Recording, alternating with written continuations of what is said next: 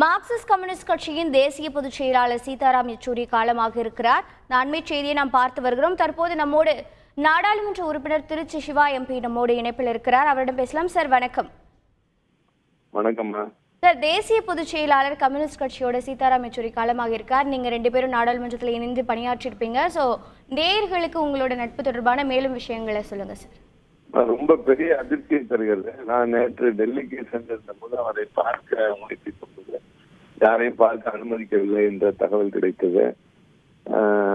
அப்போது கூட நான் அவர் மீண்டும் விரைவில் நலம் பெற்று திரும்புவார் என்ற நம்பிக்கையை தான் தெரிவித்திருந்தேன்.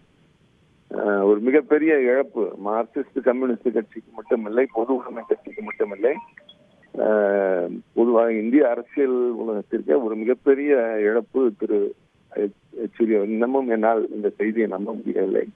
ஆனால் உண்மை என்னும் பட்சத்தில் அவருடைய இழப்பு என்பது ஈடு செய்ய முடியாத ஒன்று. எனக்கு மிகவும் நெருங்கிய நண்பர். அதாவது இப்பொழுது ஒரு 20-25 நாளுக்கு முன்னாக புதிதாக தேர்ந்தெடுக்கப்பட்ட மக்களவை உறுப்பினர்களுக்கு என் வீட்டில் ஒரு விருந்து கொடுத்த போது அதில் கலந்து கொண்டார்.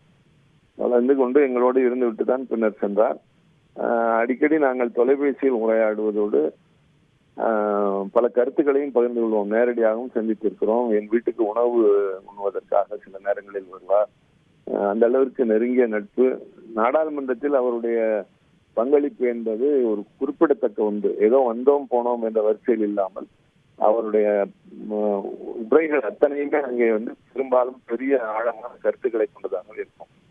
ஒரு கூடுதல் தகவல் என்னவென்றால், மாநிலங்களவை வரலாற்றிலேயே ஒரு உயர்நீதிமன்ற நீதிபதியை பதவி நீக்கம் செய்கின்ற இம்பீச்மெண்ட் மோஷன் என்பது ஒரே ஒரு தடவை தான் வந்தது. அதை அந்த தீர்மானத்தை கொண்டு வந்தது திரு யெச்சூரி அவர்கள். அந்த வகையிலே அவருடைய பொது உடைமை கருத்துக்கள் கொள்கைகளில் மிகுந்த ஆழ்ந்த புலமை உள்ளவர். அவருடைய கட்சி பத்திரிகையினுடைய ஆசிரியராக இருந்தார். எல்லா பிரச்சனைகளையும் அலசி ஆராயக்கூடியவர். பல மொழிகள் பேசுவார். தமிழ் பேசுவார், மலையாளம், தெலுங்கு, வங்காளம், எல்லா மொழிகளும் பேசக்கூடிய ஒரு பன்மொழி திறமை வாய்ந்தவர். இனிமையான நண்பர்.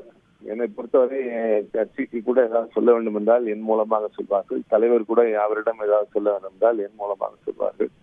பலருக்கு நெருக்கமாக இருந்தாலும் எனக்கு ரொம்பவும் மிக நெருக்கமாக இருந்த ஒரு நல்ல நண்பர், தோழர்.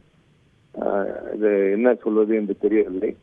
இயற்கை என்று சொன்னாலும் கூட இப்படிப்பட்ட திறமையான இது அவ்வளவு எளிதாக போகக்கூடிய வயதும் இல்லை அவருக்கு. ஆனால் கொஞ்ச நாட்களாக அவருடைய வீட்டில் நடந்த ஒரு சோக நிகழ்ச்சியின் காரணமாக கொஞ்சம் மனம் தளர்ந்து போயிருந்தார் என்பது தெரியும். அதற்கு பின்னால் தான் அவருடைய செயல்பாடுகளில் கொஞ்சம் நடை உடைகளில் எல்லாம் கொஞ்சம் தளர்ச்சி வந்தது. ஆனால் இந்த நிலைமை இப்படி ஒன்று நடக்கும் என்று எதிர்பார்க்கவில்லை.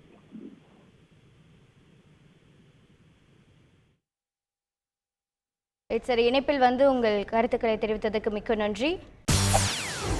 செய்திகளை உடனுக்குடன் தெரிந்து கொள்ள உடனே சப்ஸ்கிரைப் பண்ணுங்க.